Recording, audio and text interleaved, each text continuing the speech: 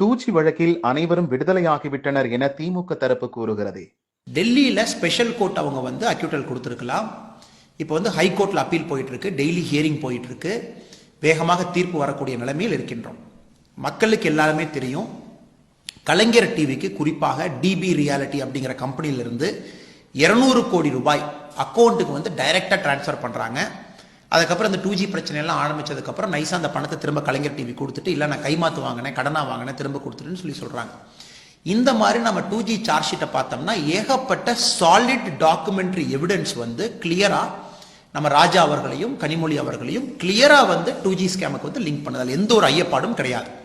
So என்னுடைய உறுதியான நம்பிக்கை வந்து இந்த டெய்லி ஹியரிங் முடிஞ்சு ஹைகோர்ட் ஆஃப் டெல்லி ஒரு வெர்டிக்ட் கொடுக்கும்போது நிச்சயமாக இதில் குற்றம் யார் செஞ்சாங்களோ அவர்களுக்கு கடுமையான தண்டனை கிடைக்கும்.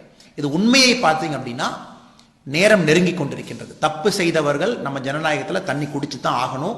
பெரிய பெரிய தலைவர்கள் எல்லாமே உள்ள போயிருக்கிறாங்க. இது துஷ்யந்த் சிங் சௌதாலால இருந்து லல்லு பிரசாத் யாதவ்ல இருந்து முக்கியமான தலைவர்கள் எல்லாருமே. அதே மாதிரி தமிழ்நாட்டில் வந்து 2G ஸ்கேம் அப்படிங்கிறதுல மிகப்பெரிய ஊழல் செஞ்ச கட்சி வந்து டிஎம்கே. அதற்கான சாலிட் எவிடன்ஸ் இருக்கு. நல்ல தீர்ப்பு வரும் என்று நம்புவோம். திமுகவை மிரட்டும் தொனியில் அமித்ஷா பேசியதாக துரைமுருகன் கூறியிருக்கிறாரே. அமித்ஷா அவர்கள் மிரட்டுகிறார்னு துரைமுருகன் அவர்கள் எப்படி சொல்றாரு எனக்கு தெரியலைங்க. ஏன்னா அவங்களுக்கு என்னன்னா 2021 எலெக்ஷன் அவங்கள பொறுத்தவரை டிஎம்கே ஜெயிச்சாச்சு. எந்தெந்த மினிஸ்டர் வந்து எந்தெந்த போர்ட்போலியோ கொடுக்கணும் அப்படிங்கிற அலோகேஷன் நடந்து முடிஞ்சாச்சு அப்படிங்கிற நம்பிக்கையில் அவங்க இருக்காங்க.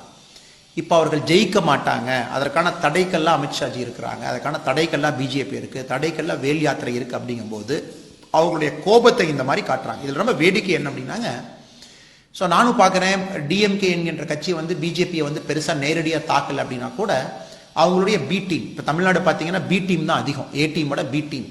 அவங்களுக்கு நடுநிலை ஊடகவியாளர் பத்திரிகையாளர்கள் எல்லாம் டிஷர்ட்டை போட்டுட்டு வந்து டிவியில் உட்காந்துக்கிட்டு அவங்க பேசுறது, சம்பந்தமே இல்லாமல் நான் வந்து இந்த ஜேர்னல் ரன் பண்ணுறேன், நான் வந்து ஊழல் எல்லாத்தையும் கண்டுபிடிச்சி கொடுத்தேன், நான் தான் 2G ஸ்கேம் எல்லாம் கண்டுபிடிச்சி கொடுத்தேன்னு சொல்கிற சில பத்திரிகையாளர்கள்லாம் வந்து அவங்க சார்பாக எழுதுறது. ஸோ இந்த மாதிரி பி டீமை வச்சு அவங்க ஆப்ரேட் பண்ணிட்டு இருக்காங்க. முருகன் அவர்களை பற்றியோ என்னை பற்றியோ முக்கியமான பிஜேபியில் யார் இருக்காங்களோ அவங்க பற்றி தவறான ஒரு கருத்துக்களை பதிவிடுறது எல்லாமே, இதை அனைத்தையுமே மக்கள் பார்த்து கொண்டிருக்கின்றார்கள். அவங்களுக்கு தெரியும் ஏ டீம் யாரு பி டீம் யாருன்னு. கலைஞர் அவர்கள் வந்து மிக சிறப்பாக டிஎம்கே வந்து பார்த்தீங்கன்னா ஒரு சக்கரவியூ மாதிரி பண்ணி வச்சுட்டு போயிட்டார். கட்சியை சுற்றி நம்ம நாட்டுக்கு எதிரான சக்திகள் ஒரு கூட்டமாக இருக்கிறாங்க, அந்த கட்சி சென்ட்ரல் இருந்தால் கூட சக்கரவியூ மாதிரி. அப்புறம் நாட்டுக்கு எதிரான சக்திகளை தாண்டி சோகால்டு அறநெறியாளர்கள்னு சொல்லக்கூடிய ஊடகத்தில் வந்து அறத்தை கண்டிப்பாக மறந்த பத்திரிகையாளர்கள் ஒரு குரூப் சுற்றி இருக்குது. அதையும் தாண்டி அடுத்த கவசம் பார்த்தீங்க அப்படின்னா இந்த மூமெண்ட், புதுசாக ஒரு மூமெண்ட்ல ஆரம்பிக்கிறாங்க. இந்த மூமெண்ட் அந்த மூமெண்ட், தமிழை மீட்டெழுக்கின்றேன்னு சொல்லிக்கிட்டு இந்த மாதிரி சக்கரவியூகத்தை ஃபுல்லாக பண்ணி வச்சுட்டு சென்ட்ரல் டிஎம்கே பார்ட்டியை கலைஞர் அவர்கள் வச்சுட்டு போயிருக்காங்க. ஏன்னா கலைஞர்களுக்கு தெளிவாக தெரியும் அடுத்த தலைமுறை டிஎம்கேல அவங்க வரும்போது கட்சியை வந்து அவங்களால காப்பாற்ற முடியாது அப்படிங்கறக்காக இந்த மாதிரி சக்கரவியூ போட்டு நிறைய பின்னி வச்சுட்டு போயிருக்காரு. இப்போ ஒரு பின்னலை வந்து நாங்கள் எடுத்துக்கிட்டு இருக்கோம். அதுக்காகத்தான் அதிகமாக கூச்சலிடுறாங்க, அதிகமாக கத்துறாங்க. இந்த நடுநிலை ஊடகவியாளர்கள் சொல்றவங்களும் கத்துறாங்க. ட்விட்டர்ல ஃபேஸ்புக்கில் சம்மந்தமே இல்லாமல் பதிவிட்டு இருக்காங்க. அவர்கள் அனைவருக்கும் முடிவு கட்ட வேண்டிய நேரம் வந்துவிட்டது. வேகமாக முடிவு கட்டி விடுவோம். திமுக எம்எல்ஏ பூங்கோதை விவகாரம் அப்படியே அமுங்கிவிட்டது.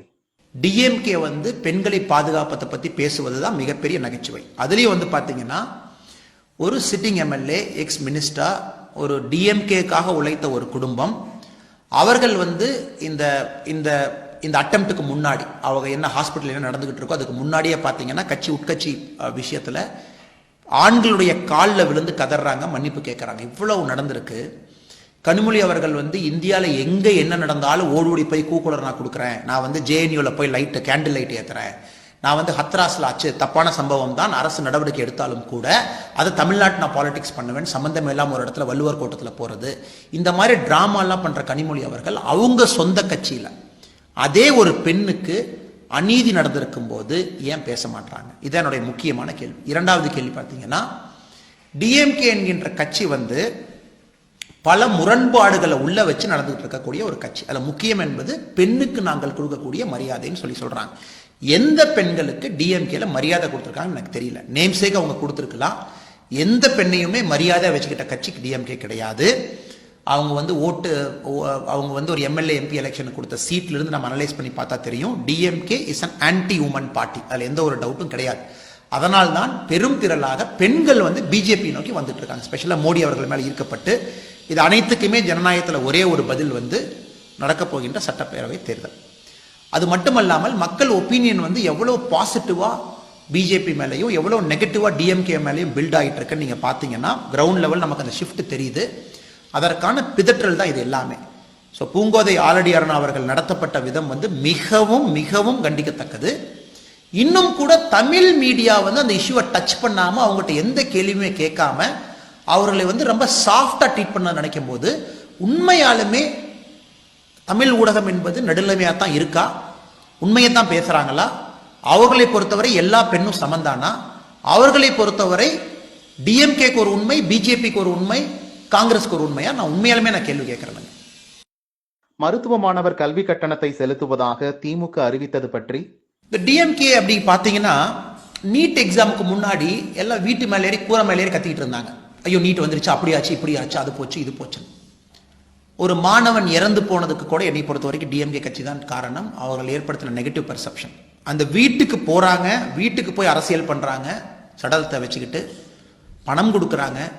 நாளைக்கு நீட் நடக்குதுன்னா இன்னைக்கு பேசுறாங்க, நாங்க ஆட்சிக்கு வந்தா நீட்டை நடத்த மாட்டோம், அவங்களுக்கு தெரியல, அதனால அவங்களால அது மாதிரி பண்ணவே முடியாது, இது கான்ஸ்டிடியூஷனல் மேண்டேட் இருக்கு. நீட் எக்ஸாம் முடிஞ்சு ரிசல்ட் வந்ததுக்கு அப்புறம் ஓடி போயிட்டாங்க.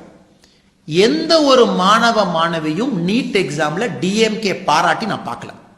அது வந்து பிற்படுத்தப்பட்ட மாணவ மாணவியா இருக்கட்டும், எந்த ஒரு மாணவ மாணவியும் நீட் எக்ஸாம்ல சுயமாக படிச்சு முன்னாடி வந்த ஒருத்தரை வந்து ஸ்டாலின் அவர்கள் கூப்பிட்டு பாராட்டினாரா? பாராட்டல.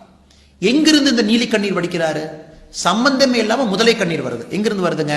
ஓ நீட்ல பாஸ் ஆகி போயிட்டாங்க, 7.5% ரிசர்வேஷன், நாங்க உங்களுக்கு ஃபீஸ் கட்டுறோம். பாருங்க என்ன பேசுறாங்கன்னே புரியல. நீட் எக்ஸாம் பாஸ் பண்ணி கஷ்டத்தில் இருந்த ஒரு பெண்ணையோ ஒரு ஆண் மாணவனையோ உங்களால பாராட்ட முடியல. அரசாங்கம் வந்து எந்த ஒரு பிரச்சனையும் சொல்லவே இல்லை, மாணவர்களும் சொல்ல, கவுன்சிலிங் நடந்துகிட்டு இருக்கு. நிச்சயமாக அரசு வந்து கல்வி கட்டணத்தில் ஏற்கும் எல்லாத்துக்குமே தெரியும், இட்ஸ் a given. அரசியல் லாபத்துக்காக நானும் இருக்கிறேன்னு காட்டுறதுக்காக முன்னாடி போய் நின்றுக்கிட்டு நாங்க ஃபீஸ் கட்டுறோம்னு சொல்றது என்னை பொறுத்தவரை கேலி கூத்தாத்தான் இருக்குதுங்க. செகண்ட் இதை பார்க்கும்போது எவ்வளவு டெஸ்பரேட் ஆயிட்டாங்க. இந்த எலெக்ஷன் ஜெயிச்சு ஆக வேண்டிய கட்டாயம் அவங்களுக்கு. 10 வருஷம் கழிச்சு கூட எலெக்ஷன் ஜெயிக்கல அப்படின்னா கட்சி என்பது நிலையாக இருக்குமா என்கின்ற கேள்விக்குறியில் இந்த மாதிரி சொல்றாங்க. நான் இதை முற்றிலும் நகைச்சுவையாக மட்டும்தான் பார்க்கின்றேன், வேற எதையுமே நான் பார்க்கலீங்க. தமிழகத்தில் பாரதிய ஜனதா தனித்து நின்றாலும் 60 சீட்டில் ஜெயிக்கும் என முருகன் கூறுகிறார். பிறகு எதற்காக கூட்டணி அமைக்கிறது? நம்முடைய மாநில தலைவர் சொல்வது எங்களுக்கு தனியாக 60 சீட்டுக்கு மேல பலம் இருக்கிறது. இதற்கு முன்னாடி நடந்த எலெக்ஷனை பார்த்தீங்கன்னா வெற்றி வாய்ப்பை தீர்மானிப்போம். இப்ப நீங்க தனித்து போட்டியிட்டு பிஜேபி ஆட்சிக்கு வருமா? பிஜேபி ஒரு சீஃப் மினிஸ்டர் கேண்டிடேட் வச்சு ஆட்சிக்கு வந்து ஆட்சி பண்ணுவாங்களா? டபரோட் கேள்வி. இல்லை, எங்களுக்கு இன்னும் நேரம் வேண்டும், கொஞ்ச நாள் கழிச்சு நாங்கள் அந்த மாதிரி வருவோம்னு நினைக்கும் போது நேச்சுரலா நீங்க கூட்டணிக்கு போவீங்க. ஏன்னா நீங்க வாங்குற ஓட்டுக்கள்னால தேவையில்லாத ஒரு கட்சி வந்து அரசாங்கத்தில் உட்கார்ந்து விடக்கூடாது. பிஜேபி என்கின்ற கட்சி பார்த்தீங்கன்னா எப்பவுமே பர்சனல் இன்ட்ரெஸ்ட்டை வச்சு வேலை செய்யாதுங்க. மிச்ச கட்சிகள் பார்த்தீங்கன்னா நான் தனித்து போட்டிடுவோம், எங்களுக்கு அதில் 10% ஓட் ஷேர் வரும். பிஜேபி என்கின்ற கட்சி நிறைய விஷயத்தை திங்க் பண்ணி பார்க்கும். அந்த மாதிரி நிற்கும் போது நாட்டுக்கு இது நல்லது, நம்ம வர முடியுமா? ஒருவேளை வரக்கூடிய ஒரு நபரை நம்மனால் வராமல் தடுக்கின்றோமா? வர வேண்டாம் என்று நினைக்கக்கூடிய ஒரு நபர் நம்மளால் வந்துவிட போறாரா? இதெல்லாம் பார்த்து தான் கூட்டணி என்கின்ற முடிவு நம்மளுடைய தலைமை எடுக்கும். சென்ட்ரல் பார்லிமெண்டரி போர்டு எடுப்பாங்க. ஸோ நீங்க அப்படித்தான் பார்க்கணும். இது வந்து ஸ்ட்ரெயிட் ஃபார்வர்ட் ஸ்டேட்மெண்ட்டா பார்க்கக்கூடாது. பல விஷயங்களை ஆராய்ந்து அனலைஸ் பண்ணி தான் அந்த முடிவு எடுப்பாங்க. இப்போதைக்கு வந்து ஏடிஎம்கே உடைய மூத்த தலைவர்கள், நம்முடைய முதலமைச்சர், துணை முதலமைச்சர் எல்லாருமே சொல்லியிருக்காங்க எங்களுடைய கூட்டணி தொடரும் என்று. நம்ம கட்சியை பொறுத்த வரைக்கும் எங்களுடைய சென்ட்ரல் பார்லிமெண்டரி போர்டு மட்டும்தான் முடிவு எடுக்க முடியும். அவர்கள் நல்ல முடிவு எடுப்பார்கள். கூட்டணி ஆட்சி நடக்குமா, கூட்டணியாக வருவோமா அப்படிங்கிற முடிவுக்காக காத்திருப்போம். திமுக மீது மட்டும் ஊழல் புகார், அதிமுக மீது கூறுவதில்லையே? டிஎம்கே என்பது ஊழல் கட்சிங்கிறது எல்லாருக்குமே தெரிஞ்ச ஒரு விஷயம். ஏனென்றால் கோர்ட்டில் வந்து பார்த்தீங்கன்னா ப்ரூவான நிறைய விஷயங்கள் இருக்குது. என்ஃபோர்ஸ்மெண்ட் டைரக்டரேட் இப்போ தான் இதுக்கு முன்னாடி இருக்கக்கூடிய திமுக மத்திய அமைச்சர் ஒருத்தர் எம்பி, அவர்கிட்ட 69 கோடி ரூபாய்க்கு வந்து ப்ராப்பர்ட்டி வந்து இப்போ தான் சீஸ் பண்ணி வச்சிருக்காங்க. அதே மாதிரி பல தலைவர்கள், பல பேர், பல குற்றச்சாட்டுகள், ஜெயிலுக்கு போனவங்க எல்லாமே இருக்கிறாங்க. இது ஒரு பக்கம் இருக்குது. இது வந்து எப்பவுமே நான் முதல்ல சொன்ன மாதிரிங்க, அண்டா அடுப்பில் இருக்கிற கறி எப்பவுமே அண்டாவை பார்த்து நீ கருப்பா நான் கருப்பான்னு சொல்லுமா.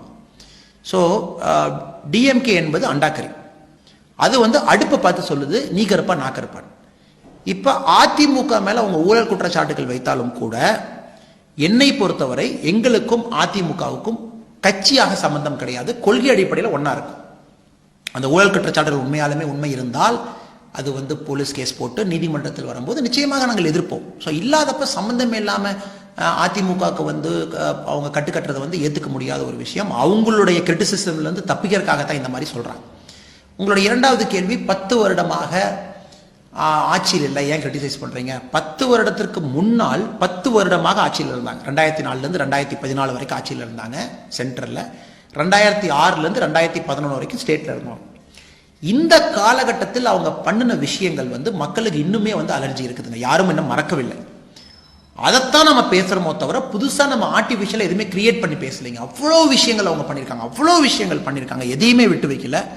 அதைத்தான் நம் மக்களுக்கு ஞாபகப்படுத்துகின்றோம், நினைவூட்டுகின்றோம், மக்களுக்கு சொல்கின்றோம் இந்த கட்சி வந்தால் திரும்ப எப்படி இருக்கும்னு சொல்லிட்டு. ஸோ இப்படித்தான் பார்க்க வேண்டும் என்று தவிர இது மோட்டிவேட்டட் திட்டமிட்டு பாஜக வந்து தவறான ஒரு பரப்புரையை வந்து பரப்புறாங்க அப்படின்னு நீங்க பார்க்க கூடாதுங்க. நடந்த விஷயத்தை தான் நாங்கள் சொல்கின்றோம், எதையுமே ஆதாரம் இல்லாமல் நாங்கள் பேசவில்லை. அதே போல் அதிமுகவின் மீது ஆதாரம் இருந்தால் டிஎம்கே பேசுறோம், நிச்சயமா நாங்கள் ஒப்பீனியன் கொடுக்கிறோம். பார்லிமெண்ட் தேர்தலில் தோல்வியை சந்தித்தீர்கள். தமிழகத்தில் பாரதிய ஜனதாவின் நிலை இப்போது எப்படி உள்ளது? இதை வெரி சிம்பிளாக ஸ்ட்ரெயிட் ஃபார்வர்டாக பார்க்குறேனுங்க. இப்போ 2019 எலெக்ஷன் வந்து நான் ஏற்கனவே சொன்ன மாதிரி ஆங்கிலத்தில் வந்து மிஸ் நாமர் அப்படின்னு ஒரு வார்த்தை இருக்குது. தமிழில் சொல்லணும் அப்படின்னா ஒரே ஒரு முறை நடந்த தவறான ஒரு நிகழ்வு அப்படிங்கிறத நான் அதை பார்க்குறேங்க. அதாவது சம்பந்தமே இல்லாமல் ஆன்டி மோடி அப்படிங்கிற ஒரு பேரை வந்து பில்டு பண்ணி, மோடி அவர்கள் தமிழகத்துக்கு எதிரானவர்கள்னு பில்டு பண்ணி 303 எம்பி வந்து அற்புதமான ஆட்சியை கொடுத்து கொண்டிருக்கிற மோடி அவர்களுக்கு தமிழகத்திலிருந்து ஒரு நல்ல எம்பியை கொடுக்க முடியவில்லை என்ற ஆதங்கத்தில் தமிழ் மக்கள் இருக்கின்றார்கள். இது நம்பர் 1 பாயிண்ட். அதை மக்கள் வந்து இப்போ ரெக்டிஃபை பண்ணணும்னு நினைக்கிறாங்க. இந்த தவறை வந்து நம்ம சரி செய்ய வேண்டும் அப்படின்னு. இரண்டாவது, பிஜேபி என்பது மிகவும் பலமாக விஸ்வரூபமாக வளர்ந்து கொண்டிருக்கக்கூடிய ஒரு கட்சி. ஏன்னா தமிழகத்திலே மோடி அவர்கள் எவ்வளவு பேர்த்த தொட்டிருக்காரு. இப்ப சொல்லலாம், சும்மா டிஎம்கே அவர்கள் சொல்றான், காங்கிரஸ் அவங்க சொல்ல ஒன்றும் பண்ணல. சிம்பிளா உங்களுக்கு ஒரு விஷயம் சொல்றேன். 1,06,00,000 பேர்த்துக்கு நம்ம ஜன்தன் அக்கௌண்ட் கொடுத்துருக்கோம். அவங்க அக்கௌண்ட்டுக்கு மாசத்துக்கு 500 போட்டிருக்கோம். கிட்டத்தட்ட பார்த்தீங்கன்னா 32 லட்சம் பெண்களுக்கு உஜ்வாலால வந்து இலவசமான கேஸ் கனெக்ஷன் கொடுத்துருக்கோம்.